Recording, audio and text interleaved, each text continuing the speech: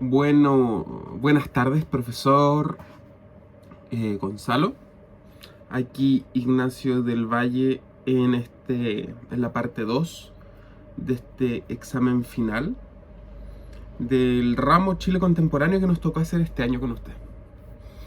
En la parte 2 nos aparecen dos preguntas. La primera es cuáles son los antecedentes de largo y corto plazo que explican la promulgación de la Constitución de 1925.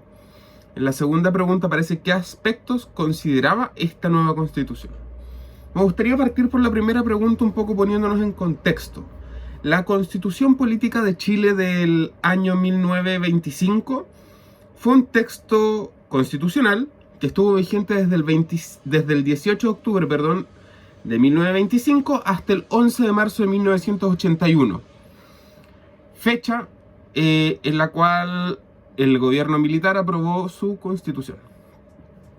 La Constitución de 1925 fue aprobada en un plebiscito celebrado el día 30 de agosto de 1925 y promulgada el día 18 de septiembre del mismo año. Entró en vigencia el 18 de octubre de 1925, fue reformada en 7 ocasiones y su aplicación fue parcialmente suspendida en el golpe del 11 de septiembre del 73, siendo modificada y derogada por partes de algunos decretos de ley que existieron, hasta que se reemplazó en su totalidad por la Constitución de 1980, la cual, mediante un plebiscito, además de reconocer a Pinochet como presidente de la República, derogaba la Constitución anterior y entró en vigencia en 1981. Si nos vamos al origen de esta Constitución, fue creada por el apremio que le estaba generando al gobierno de ese momento los problemas que estaba presentando la Constitución de 1883, con una institucionalidad que se había transformado en algunas ocasiones en un régimen de facto, pasando así a la década de 1920, donde la cuestión social que afectaba a nuestro país, las precarias condiciones de vida de las clases obreras, la crisis económica provocada por la intervención del salitre sintético, hacían sentir cada vez más apretado el bolsillo de la sociedad chilena. La decadencia y la poca representatividad del sistema político que estaba establecido en aquel tiempo es una historia que se repite hasta el día de hoy. A día de hoy la gente sigue sintiendo eso, casi 100 años después, que aún no existe representatividad del régimen político-social que existe en nuestro país. La mayoría de las personas no está conforme con las políticas públicas que se están generando. Es así como después de 3 décadas, finalmente surge un líder. Arturo Alessandri Palma, recalcar un político liberal que había ejercido como parlamentario. Después de una estrecha y controversial elección, fue electo presidente en el año 1920, con lo cual marcó un hito en cuanto a las campañas electorales que existían en ese momento, así como también en la entrada de la clase media a la política. En aquel entonces era muy difícil ver a alguien como nosotros, alguien de clase media, clase baja podríamos decir también, en la presidencia de la República.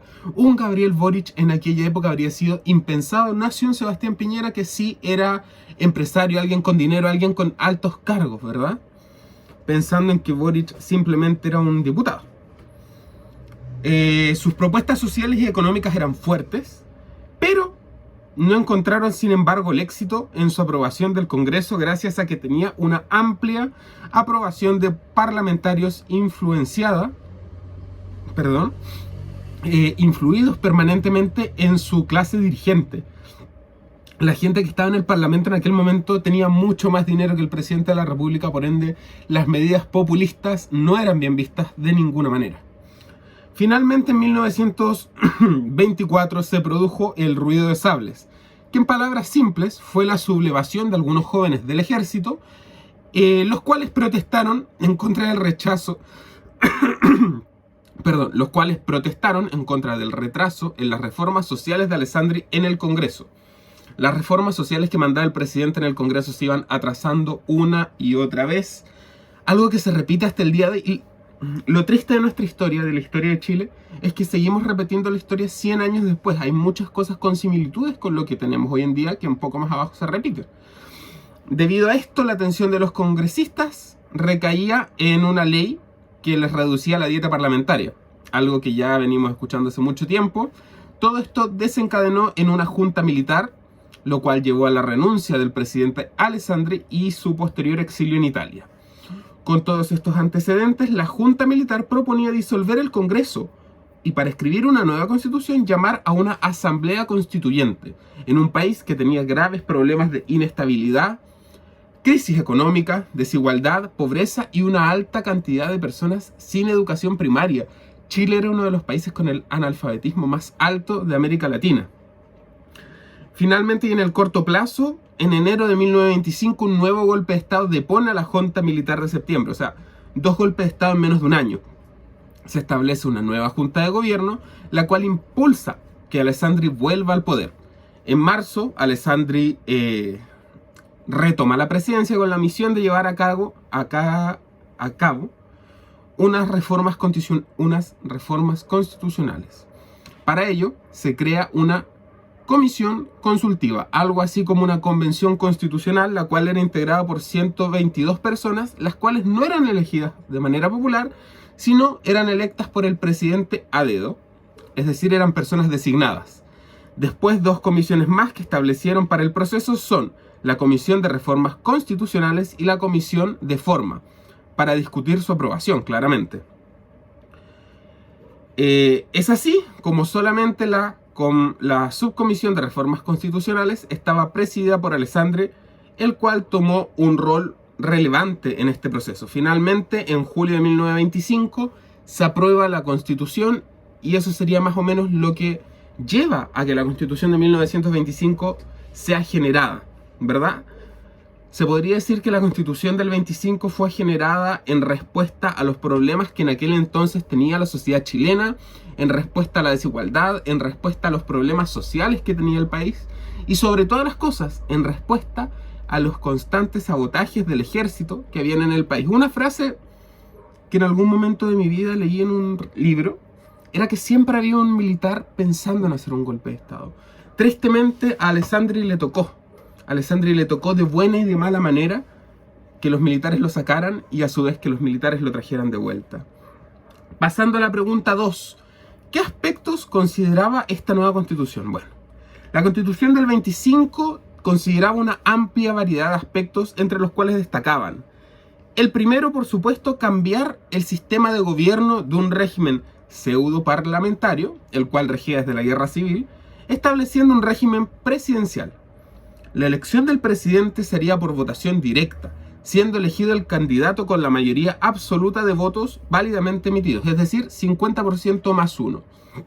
En el caso de que ninguno obtuviera la mayoría absoluta, el Congreso Pleno debería elegir a uno de los 2 candidatos, el cual debía haber obtenido la mayoría relativa. Si nos fijamos en este punto, podemos darnos cuenta que este sistema fue utilizado una vez y nos lleva a la etapa más triste de nuestra historia reciente. En las elecciones de 1970, cuando Salvador Allende se enfrentaba a Radomiro Tomic, ninguno de los 2 obtuvo la mayoría absoluta. Por lo tanto, el Congreso decidió, y el Pleno, mejor dicho, eligió al candidato con la mayoría relativa a Salvador Allende. Recordar que Salvador Allende, el 11 de septiembre de 1973, fue el primer presidente en recibir un golpe de Estado en la época moderna de Chile. Un golpe de Estado que hasta el día de hoy nos genera dolores, nos genera problemas, nos genera encuentros, nos genera mucha historia que queda por contar. Recordar también que Salvador Allende fue el primer presidente socialista electo democráticamente en el mundo. En la parte 2, eliminar el exceso de parlamentarios, para lo cual se establecieron algunas cláusulas de los debates parlamentarios que eran por simple mayoría. Se le otorga al presidente de la República la iniciativa legislativa exclusiva para iniciar proyectos de ley en materias específicas. Se reglamentó la tramitación de leyes de proceso de forma que si el Congreso no aprobaba dentro de un plazo fijo, regiría el proceso presentado por el presidente de la República. Se introduce un sistema proporcional y racional para las elecciones parlamentarias. Se crea el sistema de clasificación de elecciones con un tribunal independiente de derecho denominado Tribunal Calificador de Elecciones, entre otras cosas el TRICEL, hasta el día de hoy sigue existiendo. Poner a la Constitución en consonancia con los derechos sociales en materias de trabajo, industria, obras de previsión social y salubridad, en dirección hacia un Estado social de derecho. Así se permitió que los tributos de la riqueza fueran proporcional o progresivamente abordando la cuestión social. Son algunos puntos igual principales. Esta Constitución se estructuraba por 10 capítulos, de los cuales me gustaría destacar 2. El artículo 1, que se refería al Estado, gobierno y soberanía.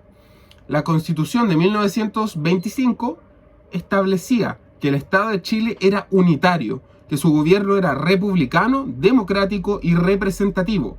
La soberanía reside especialmente en la nación, la cual delega su ejercicio en las autoridades de la Constitución establece. Es decir, Chile era un país soberano, íntegro, con una democracia representativa, por lo cual existían elecciones libres. Y en el artículo 3 de garantías constitucionales, la Constitución aseguró a todos los ciudadanos de la República que se les asignara una serie de derechos, libertades y deberes, principalmente la igualdad ante la ley, sin distinción. Todos éramos iguales ante la ley, algo que hasta el día de hoy sigue pasando. La libertad de ideología, todos éramos libres de pensar y sentir lo que nosotros quisiéramos, algo primordial en una democracia. La libertad de enseñanza y las garantías de trabajo, educación e inviolabilidad del hogar, además del derecho a un juicio justo. Estos últimos puntos, la garantía del trabajo, todos tenemos derecho a trabajar en donde queramos y en lo que queramos. Garantía a ser educados, a recibir una educación de calidad. La inviolabilidad del hogar, nadie puede ingresar a tu hogar sin que tú lo autorices. Y a su vez, el derecho a un juicio justo. Sin importar tu clase social, la cantidad de dinero que tú tengas o tus estudios, todos tenemos derecho a un juicio justo. De igual manera, hombres y mujeres debían ser tratados ante la ley de igual manera. Esa sería la parte 2 de este examen final del ramo Chile Contemporáneo. Esperando usted y su familia se encuentren bien. Muchas gracias, profesor, y que tenga un buen día.